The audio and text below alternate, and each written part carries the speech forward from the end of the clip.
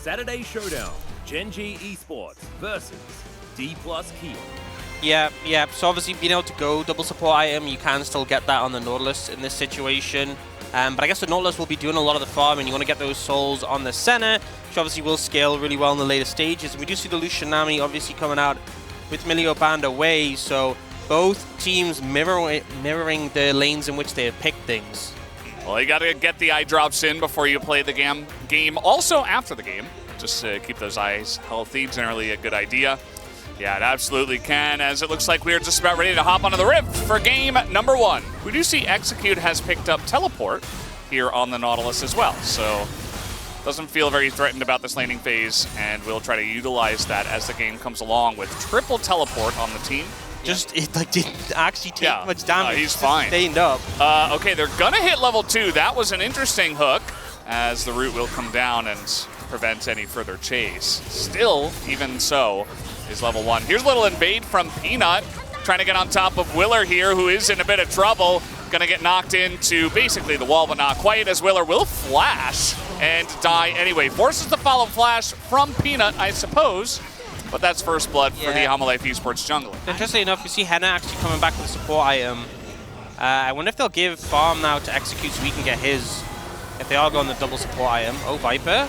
Yeah, we see the Ignite already coming in, and they're trying to deal damage to Execute. That bubble might help out a little bit, but you can see this guy is basically impenetrable right now, as here is Peanut. He is in the bottom lane. That's another root, but he'll just wait it out. I mean, they're not even under the turret just yet. Really nice flash, though, from Henna. Excellently done, and that is going to be Peanut going down. Nice that first strike or something. Here's another look at this bottom lane play. Oh, it's the red buff. So I was wondering what gave Peanut the aggro after the flash, and because he used his buckler on the center, the red buff gave him aggro. So. And you see Peanut is going to get stunned up here. He's going to be kited down quite a bit as Henna puts some damage into him as well. Not able to get him low enough for any potential Viego all-ins, but on the Dragon, there is a ward. They know this is happening, and the package just used probably timing out here. It doesn't look like Firax want to challenge this at all? Yeah, I mean, Doran had a TP advantage. They had the package as well.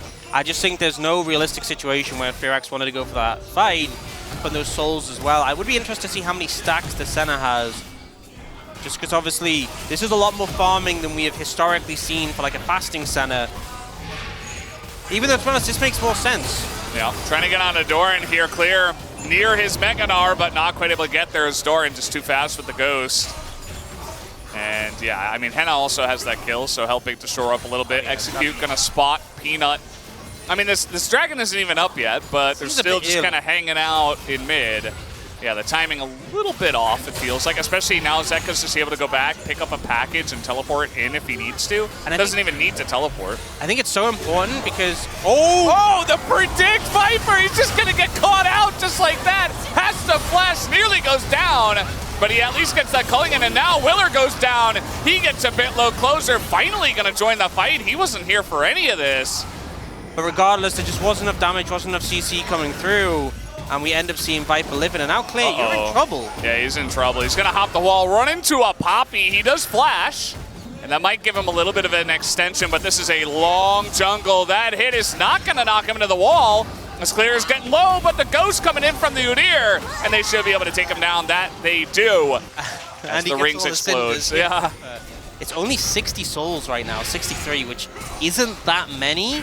Means you're gonna be waiting a lot longer. Oh boy, Execute is gonna get that dredge line, but Henna's just left out to dry. He doesn't have a dredge line himself, and Doran can just hang out under the turret forever. As the hook now gonna come in and Execute goes down. I think he was kind of out actually.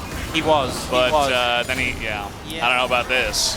This looks like desperation. I mean, even if they do get it, they're giving up Infernal Soul, so even that is not a great trade. I think you have to try something. Force an objective when the package is down. This is probably going to go horribly wrong, but you have to try.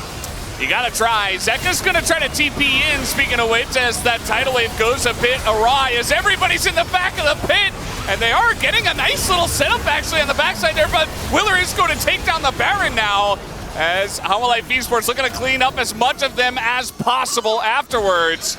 So they get the objective, but a couple of people are getting out with this one. You know, I expected that to go far worse. I really thought they were just going to be gone there, so it does work out. Oh, the flash on in, trying to set something up. He's got Senna around, but it ends up to clear. Oh, he will live just barely.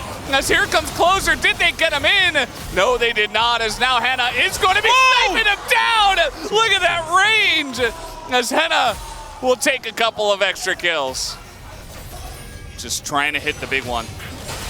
And, there it is, half health. You know what? On the Henna. I expected more. Yeah. I genuinely expected a bit more. It's a lot, but I expected more. It's definitely a lot. Now Doran, he just gets to do whatever he wants. Why are we flashing on a Udyr here? Are they actually going to catch him? No. Like, why? What? Closer! What are you doing? He's just dead! Oh no, the chase goes horribly wrong as we have a couple of stragglers going down for free, and now Willer's going down as well. That was just very confusing as a decision to chase the Udyr and then just totally caught out. And now Zeka's got a package for the Elder Soul, the Elder Drake. Well, good luck, Fearx.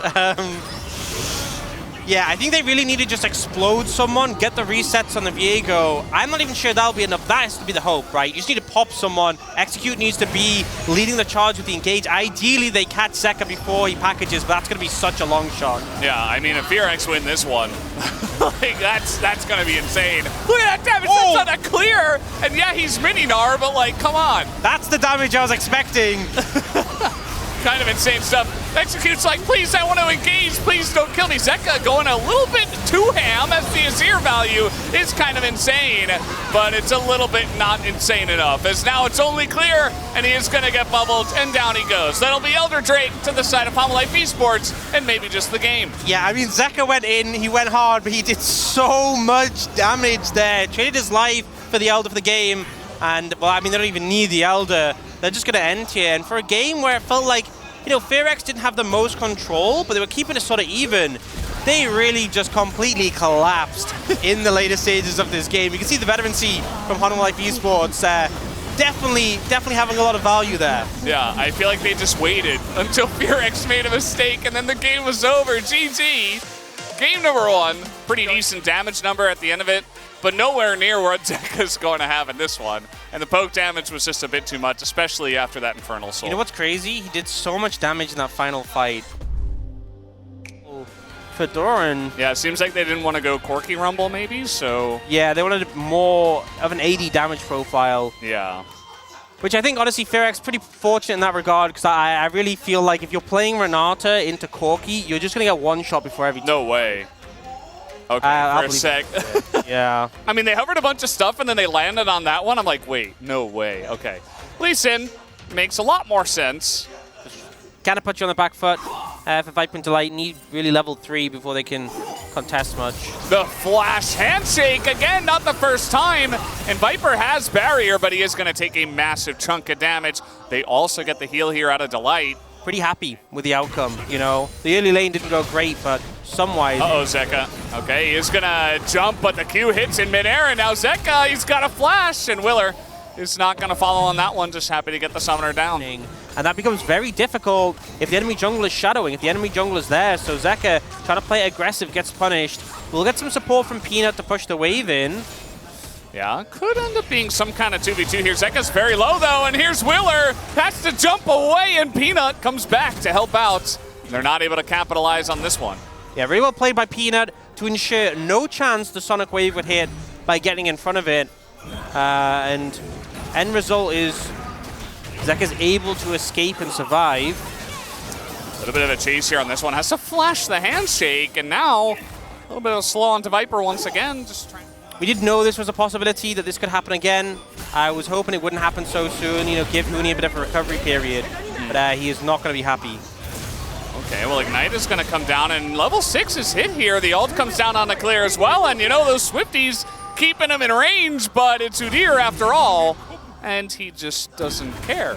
And you know you don't have to deal with that Corki later. It's a Tristana. So still a champion that scales well, especially with the backing of the Milio, but... Oh, trying to jump away, but he still gets swept up, and Peanut's a little bonus here, but it's a 2v2, and maybe it's not the bonus they wanted as Closer takes a while to go down. Willer, desperate to get something, but he just goes down as well. It's 2 kills to the side of Palmolive Esports in the 2v2. Let's take a look at that bottom side 2v2 as well. Exhaust has to be used by Henna, and everything is going on Life Esports' way. The overburn here from the side of Doran. Can he get the kill? Yes, he can. Just barely under that turret. And they time it here right before the spawning of the Rift Herald at 14 minutes, so they're able to just continue to stay grouped up. Now, it does look like Fearx do want to challenge this. That ult. What is that? I never want to see that again, ever. As now, Clear's getting in there, and now they don't have an equalizer. Do they have a chance in this one? As Delight and Viper doing tons of damage to Henna here, and the bailout is not enough as Viper stays alive, even flashes over the wall. As Doran getting incredibly low, Closer picks up a couple, but he is the only one here on the side of Fearx who's able to do anything. I guess he only got the one as well, and that's the Rift Herald. I'm sorry, Ox. I wish we could analyze this game. We just don't have time. Now it's 5 members of Fearx. Where's the equalizer now? He just holds on to it. I guess it just came off cooldown. That one was a big one. And Fearx, I'm not sure why they even got caught in this fight, but it is a disaster. Life Esports, they are the conductor of this train that is truly off the rails. And Delight is going to force the flash here from Henna. Yeah, this game they gave them a bit more of a push, you know, on the topple. Viper's getting in there. That kick, though, is pretty good. Zeka doesn't seem to care, just stands and fires. His Closer is going to go down, burning to the insane Viper damage. This game is just feels a little bit donezo, Ox. Yeah, I feel like this is kind of mirroring the execute engage from the last game, where it looks good. That one was good. All right, Doran, but the exhaust is too strong. And he is going to get him, though, as no bailout comes out of Clear. Desperate. He wants to do damage, but he doesn't have any damage items, as is the case with every Udyr in the LCK. And down will go Clear, and that will be the game, I'd imagine. Doran's just going to continue pushing. He stays alive. And Life Esports as a team will move down mid. There's far too many moments in this series where Fearx had done like 5% more damage. It could be a different series. This one was a little bit late in the game. Oh, we're flashing in closer. Oh no, my guy. He is going to get back into the pits, or the fountain rather. Very different in this scenario. Willer hits that Q, and maybe he shouldn't have.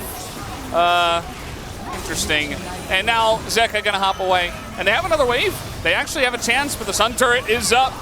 As Fearx will stand their ground, but the Nexus now laid bare, and Henna is going to be executed as well.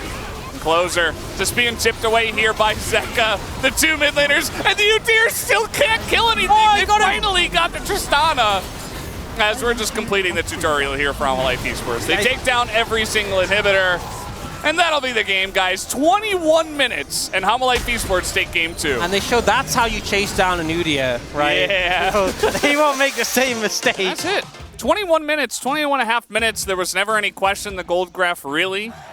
And even though Closer did a heaping helping of damage, it just did not matter at the end of this game.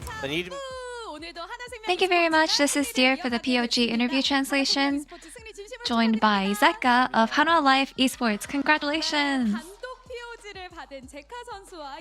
This is your solo POG.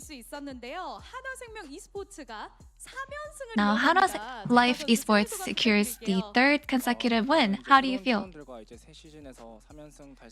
We are able to play with the new teammates in the new season. I'm really happy about the solo POG today. Even with the roster change, Hana Esports is just as strong. How is the team atmosphere? I feel like everyone individually, they have really good temperament.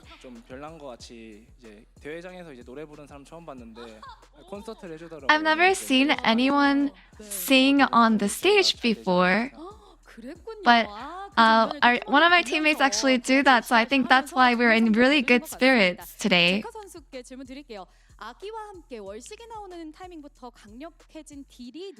From the moment you bought Malignance and Eclipse, it seemed like you guys you were able to hit your power spike. So what makes this build so good? I feel like there are a lot of new items that work really well with Corki with his burst. So I think that's why this build actually works really well for him. And seems like this really brings Corki up on the tier list. Does Corki have any weakness? I feel like Corki's actually really good all around. He doesn't really have a specific counter, so it seems like he's a really good pick for any sort of situation. And game 2 snowballed pretty early, all the way to victory. So let's take a look at the early game where everything happened with the 2 kills mid. This was after I bought my item, and I think I was able to get the kills, and I think it actually influenced the rest of the map pretty well too. So the bottom and the top where a lot of the actions happened. So with the good news from bot and top, well, how was the voice comms like? I guess there wasn't really much going on in voice comms, but you know, we all knew that everyone's putting their effort, doing their best. It was pretty quiet though.